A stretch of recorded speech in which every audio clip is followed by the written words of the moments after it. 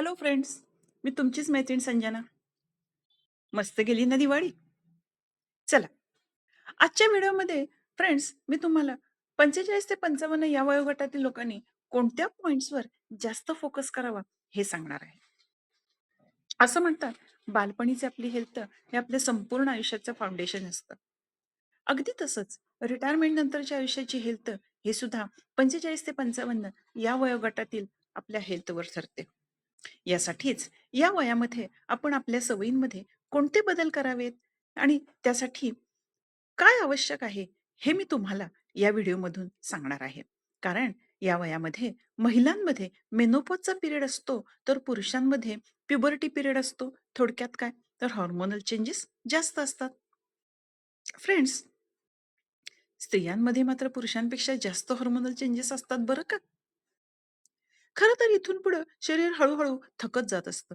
शरीरामध्ये काही न्यूट्रिशन्सची कमतरता होत असते. त्यामुळे आपल्या शरीराला काही सवयी लावून घेणे आवश्यक असते, जेणेकरून रिटायरमेंट नंतर आपली हेल्थ आणि मानसिक स्वास्थ्य दोन्हीही चांगले राहण्यास मदत होते. यासाठी मी तुम्हाला या व्हिडिओमध्ये 10 पॉइंट्स सांगणार आहे. त्यामुळे हा व्हिडिओ नेहमी एवढा म्हणजेच 2 मिनिटा एवढा न होता 4 ते 5 मिनिटाचा होण्याची शक्यता आहे. पण फ्रेंड्स, मुलं जशी हल्ली फास्टच्या मागे जास्त आहेत, तसेच हल्लीचे पालक सुद्धा 2 मिनिटापेक्षा जास्त मोठा व्हिडिओ पाहत नाहीत.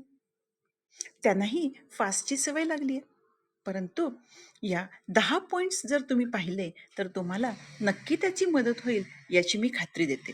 त्यामुळे हा व्हिडिओ नक्की शेवटपर्यंत पूर्ण पहा.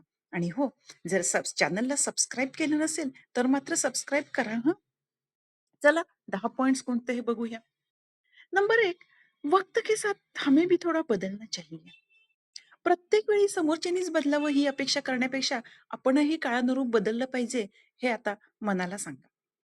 नंबर 2, आत्तापासून काही इन्व्हेस्टमेंट ही स्वतःच्या रिटायरमेंट नंतरच्या आयुष्यासाठी चालू करा. कारण आत्तापर्यंतची इन्व्हेस्टमेंट आपण मुलांच्या शिक्षणासाठी, घर बांधण्यासाठी, घरातील किंवा संसारातील काही अडी-अडचणींसाठी करत होतो. परंतु आता मात्र स्वतःसाठी काही बचत नक्की करा हं. नंबर 3, आत्तापासूनच आपलं फ्रेंड सर्कल हळू-हळू वाढवायला चालू करा. कारण नवनवीन लोकांशी आपण जर बोलत राहिलो, भेटत राहिलो, तर नवनवीन कल्पना आपल्या डोक्यामध्ये क्रिएशन वाढवतात. त्यामुळे आपल्याला नवीन आयडिया समजतात. नंबर 4, घरातील व्यक्तींना दररोज थोडा वेळ वाढवून देत चला. कारण आयुष्याच्या संध्याकाळी फॅमिली अतिशय महत्त्वाची असते. नंबर 5, दररोज सकाळी अर्धा तास तरी योगा, प्राणायाम, मेडिटेशन नक्की करा हं. यासाठी थोडं लवकर उठावं लागलं तरी चालेल. पण मेडिटेशन करा, त्यामुळे मनःशांती मिळते.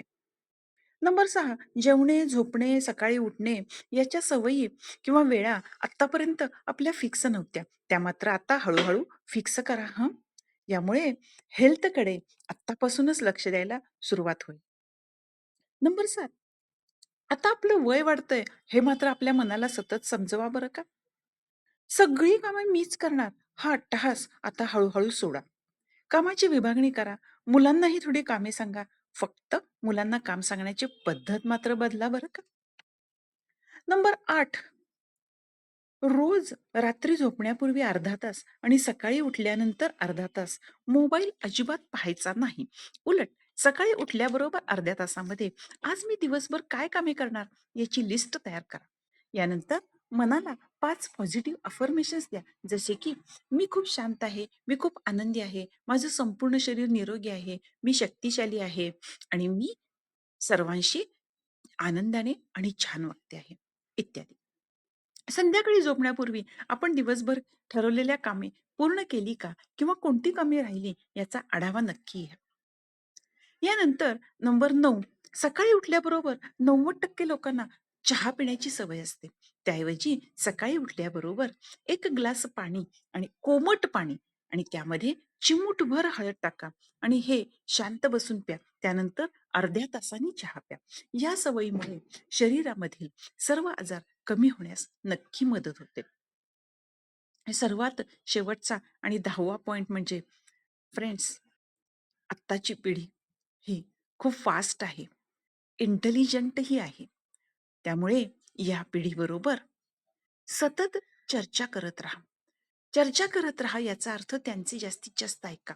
आमच्या वेळी असं होतं, आम्ही असं वागत नव्हतो. ही वाक्य त्यांच्याशी अजिबात बोलू नका. त्यामुळे मुले तुमच्यापासून दूर जातील.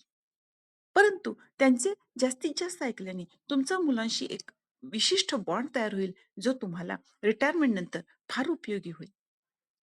फ्रेंड्स, ह्या 10 सवयी आपल्या शरीरामध्ये किंवा आपल्या रोजच्या दिनचर्येमध्ये नक्की लावून घ्या.